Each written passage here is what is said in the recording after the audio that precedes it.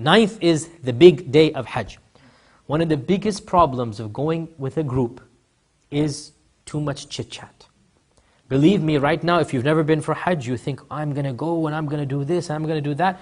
Believe you me, when you're surrounded by people of your age and all of you suffering and bad food and this and that, it's so easy to start talking and gossiping and talking about the situation, cracking jokes at the sanitary conditions over there, etc., and hours go by. It's a very big fitna from shaitan that your Hajj is just being wasted away. Even if you're not doing something haram, you're wasting time. That's not why you spent $10,000 these days. How much is Hajj, man?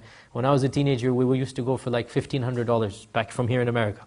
I did most of my Hajjs for free, alhamdulillah, but I mean, back then it was what, 1,500, now it's what, 8,000, 7,000? 15,000 is for some of us, so it's like, not everybody can afford that, 15,000, alhamdulillah.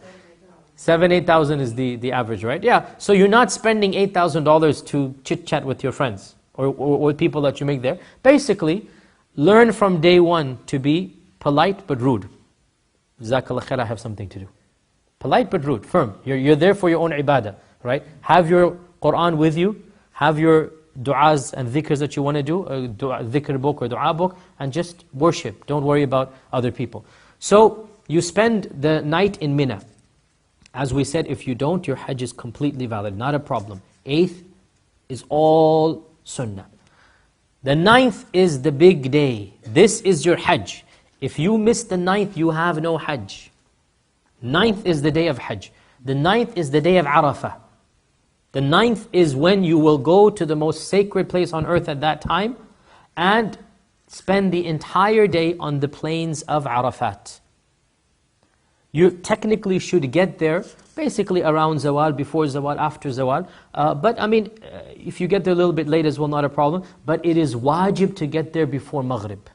And you cannot leave Arafat before Maghrib.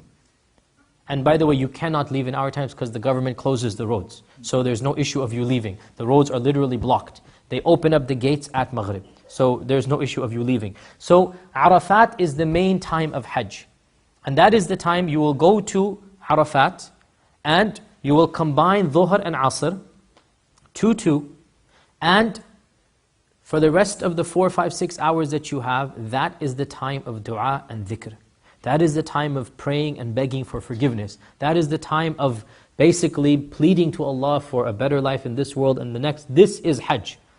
Nothing is better for you at that time than dua.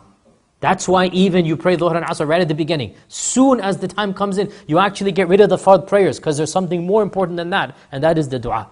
The whole point of Hajj are those few hours.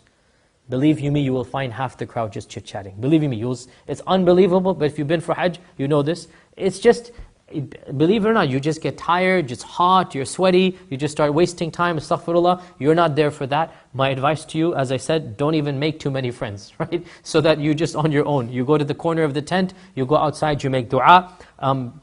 Simple advice as well, drink lots of water. This is a dehydration day, it's a very difficult time. Also, Arafat is the day of ibadah, of dua, of dhikr. This is when you raise your hands to Allah, you beg, you plead, you cry. Especially right before Maghrib, that's the main time when Allah subhanahu wa ta'ala Himself comes down. And Allah Azza wa Jal asks the angels, do you not see? He's boasting. Yubahi bikum, the Prophet said, he's boasting that these are my servants that have come to me and I will give them everything they want and I have forgiven all of them. So this is the time of dua and dhikr. This is the time where you open up your heart to Allah subhanahu wa ta'ala and pray for everyone, for your friends, your relatives, for those who have taught you the fiqh of Hajj. This is the time that you pray for them. Basically, you open up your heart and you make dua for all of your friends, family, yourself, your children, and this is the time of acceptance of dua. When the sun sets, now you may relax a little bit, go sit in the bus for 5 hours because you're not going to go anywhere if you're going in a bus. If you've been Hajj, you know what I'm talking about. This is the time when you just have to wait for the main ibadah is done. You may take a little bit of a breathing sigh of relief. Point of advice, if you're young and healthy, walk it. Wallahi, you'll enjoy it more and you'll have a better experience. Take a sleeping bag, take some basic items on your backpack. You know your tent in Mina, right? You know your tent in Mina. Walk it. You will enjoy your Hajj infinitely more, right?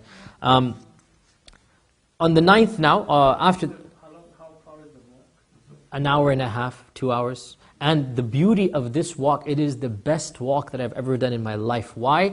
Because the Muslims are just around you, talbiyah, just the spirit of Islam. I mean, this is really, it's a humbling sight. Also, you breathe fresh air, because the path of walking is miles away from the road. One of the things that I dread about those days is the smog. Makes me sick. I cannot stand that smog. You're sitting in the bus and you're surrounded by thousands of other buses, and the smog and the smoke, and it gets to you, makes you nauseous. And you're literally sitting there. Sometimes I have sat there in the bus till 11 p.m. Why? Because of traffic. You just sit there in the bus. Whereas if you walk, you will get there by 7:30. And you enjoy it, and you get some nice ice cream on the way, and get some shawarmas as well. I'm mentioning lots of shawarmas here, but anyway. You've noticed that, okay. You see what I miss over here, alhamdulillah. So you get the spirit of Hajj, right? Everybody's walking. It's a very well-lit path. It's a nice, huge area of just walking. All of the Hujjaj are walking there, right? So you enjoy Hajj in that sense. So if you're able to walk, and when I say young, I mean, basically, if you don't have a handicap, you can walk it, really. It's not as if, it's any issue. I mean, it's just a simple hour and a half with there's not even going to be rush, in the sense that because it's walking and there's so much area, you're not congested. There's plenty of space, you can breathe and have a nice walk there. So if you want to walk, alhamdulillah, if you walk, then you will meet your group the next morning in Mina. You will spend the night in Muzdalifah. So from Mina, you go to Arafat the day. Then the night you go to Muzdalifah. Now, I wish I had a map, but I myself didn't have time to make a PowerPoint, so it's all my fault. Look at my hand, simple enough, right? Mina, Muzdalifah, Arafat. Once again, Mina, let me put it this way. Mina, right? You have Muzdalifah, and then Arafat over here. What this means is from Mina, you will cross over Muzdalifah to get to Arafat, right? Then on the way back, Arafat, Muzdalifah, Mina. So it's easier to get back. So you go there by car. I'm not asking you to walk. It's very difficult to walk from Mecca to Arafat. Will take you 3 hours. That's too far. And you don't want to get tired on that day. But on the way back, hour and a half. That's good, right? Hour and a half at Maghrib time on the 9th. And then the next morning after a nice sleep, then you wake up and another hour and a half, right? So you break up that into two. So in Muzdalifah, you will get there between 7:30 to midnight basically, right? Depending on how you got there and whatnot, you will get there. Muzdalifah is the most difficult part of Hajj for us spoiled Westerners. Why? Because, astaghfirullah, you have to sleep on rocks, on the open. There's no tent, there's no air conditioning except the natural air conditioning. You're basically sleeping out in the desert. Because it's only one night, so the government has not prepared any facilities. And also one of the most difficult problems for us Westerners is the restroom. And what can I tell you about the restroom? But in Muzdalifah, it is, what can I say? Okay, it's just sabr. Yes, sabr. And that's why, in one sense, you have to drink a lot of water. In another sense, on Muzdalifah is not the time to drink too much water. But Muzdalifah is the time. Muzdalifah, you pray your Maghrib and your Isha, Jama' and Qasr, 3 and 2, and your Witr as well. Witr is never left, so you pray Witr over there as well, and then you go to sleep.